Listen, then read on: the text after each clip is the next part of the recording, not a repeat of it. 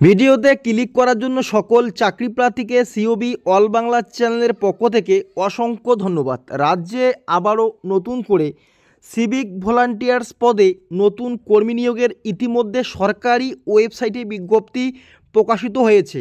এর আগে এই চ্যানেল থেকে একটা ভিডিও প্রোভাইড করা হয়েছে, সেই চ্যানেল থেকে প্রত্যেকেই কমেন্ট করেছে এই ভিডিওটা ফেক, কোনো রকম সরকারি ওয়েবসাইটে নাকি বিজ্ঞপ্তি প্রকাশিত হয়নি। আজকের ভিডিওতে আমি লাইভ দেখাবো 100% গ্যারান্টি সরকারি ওয়েবসাইটে সিভিক ভলান্টিয়ার্স নিয়োগের বিজ্ঞপ্তি প্রকাশিত হয়েছে এবং আপনারা কোন ওয়েবসাইট যাবে, বিজ্ঞপ্তি কিভাবে ডাউনলোড করবে, A to Z পদ্ধতি দেখাবো। এবং যারা কমেন্ট করেছে, এর পাশাপাশি হোয়াটসঅ্যাপে পার্সোনালে মেসেজ করেছে, তাদের পক্ষে বলবো আপনারা ভিডিওটি প্রথম থেকে শেষ অবধি দেখার পরে সঠিক কমেন্টটা অবশ্যই করবেন, কারণ আপনার কমেন্ট দেখে অন্য কেউ অবশ্যই ভিডিওটি ছেড়ে যাচ্ছে, কারণ এই ভিডিওটা হচ্ছে ফেক।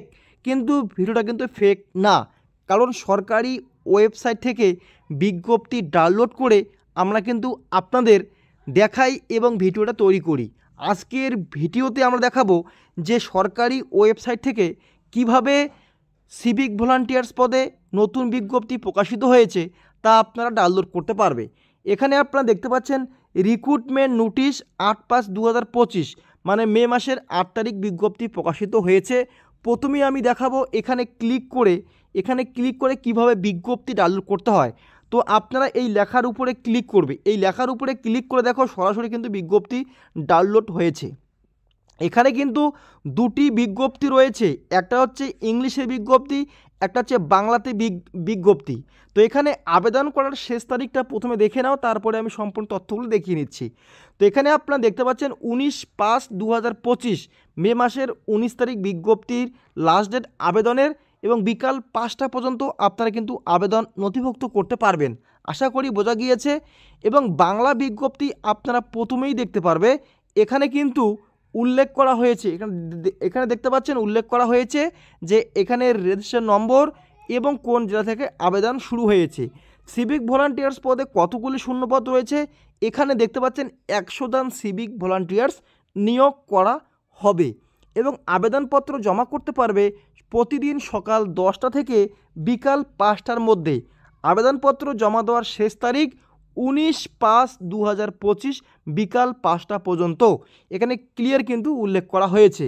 এবং এখানে ন্যূনতম 8ম শ্রেণী পাশে কিন্তু আবেদন করতে পারবে, যদি চাকরি প্রার্থীরা 8 পাস করে থাকে আবেদন করতে পারবে। এবং বয়সসীমা কিন্তু এখানে উল্লেখ করা হয়েছে। আগের ভিডিওতে কিন্তু আমরা সম্পূর্ণ তথ্যগুলি আলোচনা করেছি এবং কিভাবে ফর্মটি ফিল আপ করে জমা করতে হবে, ইন্টারভিউ কতর মধ্যে হবে, এই ফর্মটি কিভাবে ফিল আপ করতে হবে এবং কি কি ডকুমেন্টস লাগবে, সমস্ত তথ্য কিন্তু আলোচনা করা হয়েছে। যদি এই ফর্মটি সঠিকভাবে ফিল আপ করে কোথায় জমা করতে হবে, কিভাবে জমা করতে হবে, যদি একটা ভিডিও আপনাদের দরকার হয় অবশ্যই কমেন্ট বক্সে কমেন্ট করে জানাবে। এবার আমরা দেখাবো কিভাবে বিজ্ঞপ্তি ডাউনলোড করতে হয় সরকারিভাবে। তো আমরা দেখো সরকারি ওয়েবসাইট ভিজিট করেছি, আপনারা অবশ্যই এই ওয়েবসাইট ভিজিট করবে। আমি কিন্তু কোনো রকম ভিডিওতে লিঙ্ক দিব না, ভিডিওর ডিসক্রিপশনে লিঙ্ক দিব না, আপনাদের সরাসরি ওয়েবসাইট ভিজিট করতে হবে। দেখতে পাচ্ছেন, কারণ আপনারা ভিডিও না দেখেই সরাসরি কমেন্ট করো ফেক ভিডিও, এরকম আপডেট কেন দিচ্ছেন, কোনো সঠিক খবর দিন।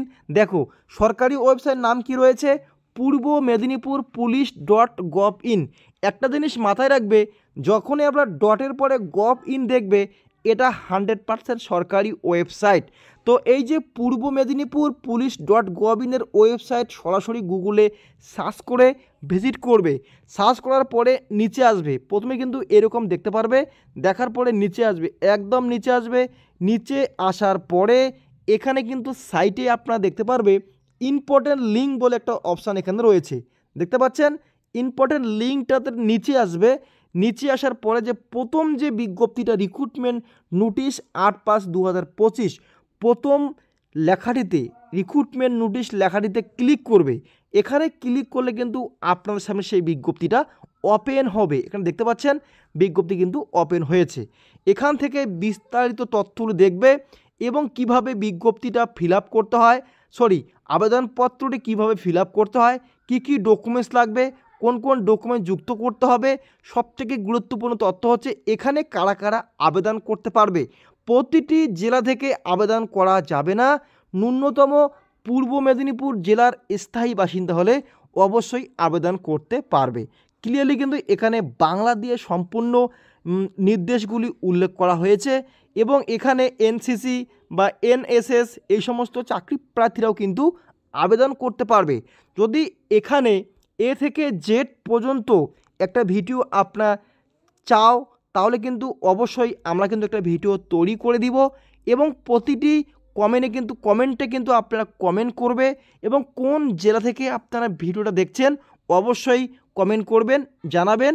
আমরা নেক্সট আপডেট আপনাদের জেলাতে আসলে অবশ্যই জানিয়ে দেব।